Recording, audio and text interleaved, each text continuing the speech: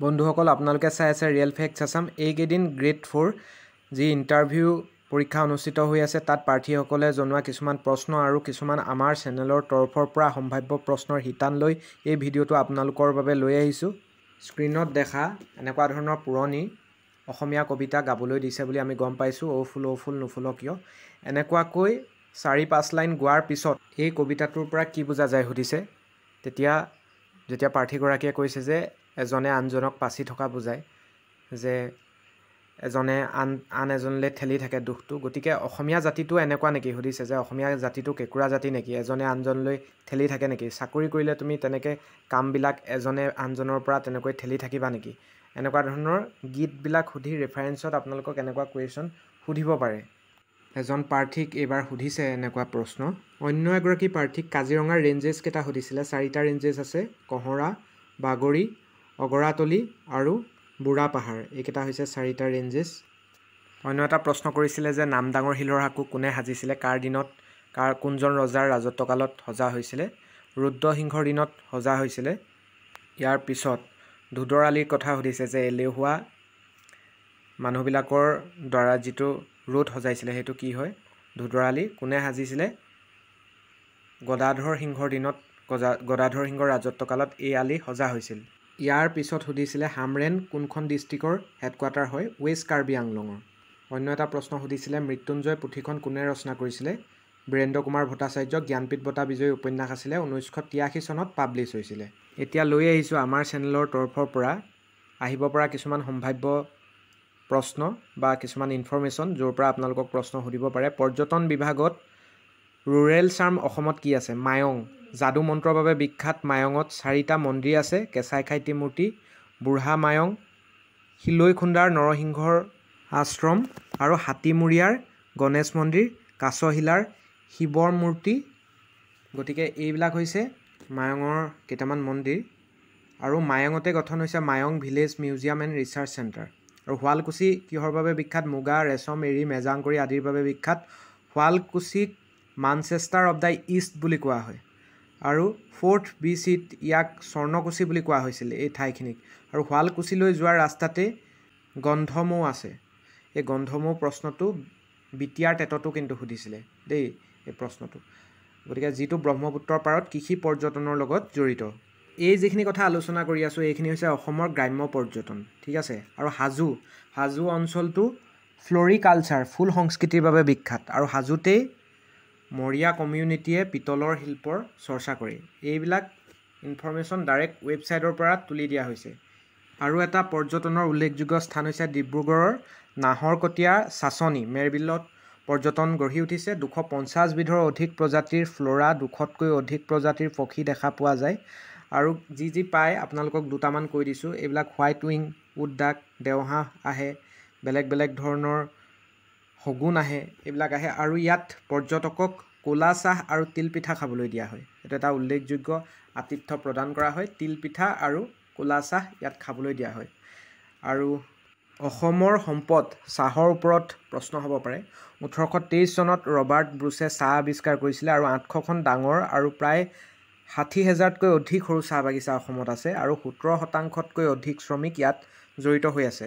আৰু অসমৰ চাহে ভাৰতৰ 55% চাহ উৎপাদন কৰে আৰু দেশৰ বাহিৰলৈ 80% চাহ ৰপ্তানি কৰে। আৰু চাহৰ লগতে চাহ বাগানৰ ওচৰে পাঁজৰে যিহেতু গল্ফ কোৰ্ছবিলাকো আৰম্ভ হয়, গতিকে গ্ৰেট ব্ৰিটেইনৰ বাহিৰত গল্ফ কোৰ্ছ আৰম্ভ হোৱা প্ৰথমখন দেশ আছিলে ভাৰত 1829 চনত। গতিকে গ্ৰেট ব্ৰিটেইন মানে ইংলেণ্ডৰ পিছতে গল্ফ কোৰ্ছ আৰম্ভ হৈছিলে ইণ্ডিয়াতেই। আৰু বহু কথা আপোনালোকে চাহৰ লগত জড়িত এটা দুটা অলপ জটিল যদিও মই জনাই থওঁ, যে 1911 চনত টোকলাই টি ৰিচাৰ্চ চেণ্টাৰ গঠন হয়। পৃথিৱীৰ ভিতৰতে আটাইতকৈ এইটো পুৰণি আৰু সৰ্ববৃহৎ চাহ গৱেষণা কেন্দ্ৰ। গতিকে এইটো এটা প্ৰশ্ন হ'ব পাৰে। আৰু distinctive black teas, crush, tear and curl CTC চাহ উৎপাদনৰ লগতে কম মাত্ৰাত ডিষ্টিংটিভ অৰ্গেনিক অৰ্থডক্স চাহ উৎপাদন কৰে, যিটোৱে 2007 চনত GI টেগ লাভ কৰিবলৈ সক্ষম হৈছে। আৰু চাহ সম্পৰ্কীয় আৰু এটা জানিব লগা কথা হ'ল যে 1970 চনত গুৱাহাটী টি অকশ্যন চেণ্টাৰ গঠন হয়। অসমৰ চাহৰ বাবে টি ব'ৰ্ড অৱ ইণ্ডিয়াই ছেপাৰেট লগ'ৰ সৃষ্টি কৰে। আৰু প্ৰতিদিনে গড়ে অসমত 550 মিলিয়ন কেজি চাহ উৎপাদন কৰে আৰু 85%তকৈ অধিক ভাৰতীয়ই অসমৰ চাহ ব্যৱহাৰ কৰে। গতিকে অসম চাহৰ বাবে বিখ্যাত। আৰু মাজুলী বৰপেটাকে ধৰি যিবিলাক জিলাত সত্ৰ সংস্কৃতি চলি আছে বেছিকৈ, সেইবিলাকক সত্ৰৰ ওপৰত যদি কিছুমান প্ৰশ্ন সোধে, আউনীআটী কোনে প্ৰতিষ্ঠা কৰিছিলে? নিৰঞ্জন পাঠকদেৱে। ঐতিহাসিক পালনাম আৰু অপ্সৰা নৃত্যৰ বাবে বিখ্যাত। দক্ষিণপাট সত্ৰ প্ৰতিষ্ঠা কৰিছিলে বনমালীদেৱে। ৰাসলীলাৰ বাবে বিখ্যাত। গড়মূৰ সত্ৰ লক্ষ্মীকান্তদেৱে প্ৰতিষ্ঠা কৰিছিল। বৰটোপ সংৰক্ষিত হৈ আছে আৰু ইয়াত ৰাসলীলাৰ বাবে বিখ্যাত। কমলাবাৰী সত্ৰ বদুলা পদ্মনাতাই প্ৰতিষ্ঠা কৰিছিল, সত্ৰীয়া সংস্কৃতিৰ বাবে বিখ্যাত। বেঙেনাআটী সত্ৰ শংকৰদেৱৰ মাহীমাকৰ নাতিয়েক মুৰাৰীদেৱে প্ৰতিষ্ঠা কৰিছিল। গদাধৰ সিংহৰ পোচাক আৰু ৰজাঘৰীয়া সোণৰ ছাতি বা স্বৰ্ণ ছত্ৰ ইয়াত সংৰক্ষিত হৈ আছে। চামগুৰি সত্ৰ মুখাশিল্পৰ বাবে বিখ্যাত। সত্ৰৰ কিছুমান নৃত্য বৰগীত, ভটিমা, ঝুমুৰা, চালি, পালিনাম, নয়ুয়া, অপ্সৰা, সত্ৰীয়া কৃষ্ণ আদি এইবিলাকৰ বাবেও এই সত্ৰ বিখ্যাত। গতিকে সত্ৰৰ ওপৰত কিছুমান এইখিনি দৰকাৰী ইনফৰ্মেশ্যন। ৰিভাৰ কুইজ অসমত দুখন আছে। এখন হৈছে Mahabahu river cruise Pandu, river queen IWT MG road Guwahati. এতিয়া কিছুমান প্ৰাইভেট ৰিভাৰ কুইজো ইতিমধ্যে চালিত হৈছে। গতিকে বিখ্যাত বুলিবলৈ এই দুখন যথেষ্ট বিখ্যাত, সেইবাবে দুখন ৰিভাৰ কুইজৰ নাম ইয়াত ৰাখিছোঁ।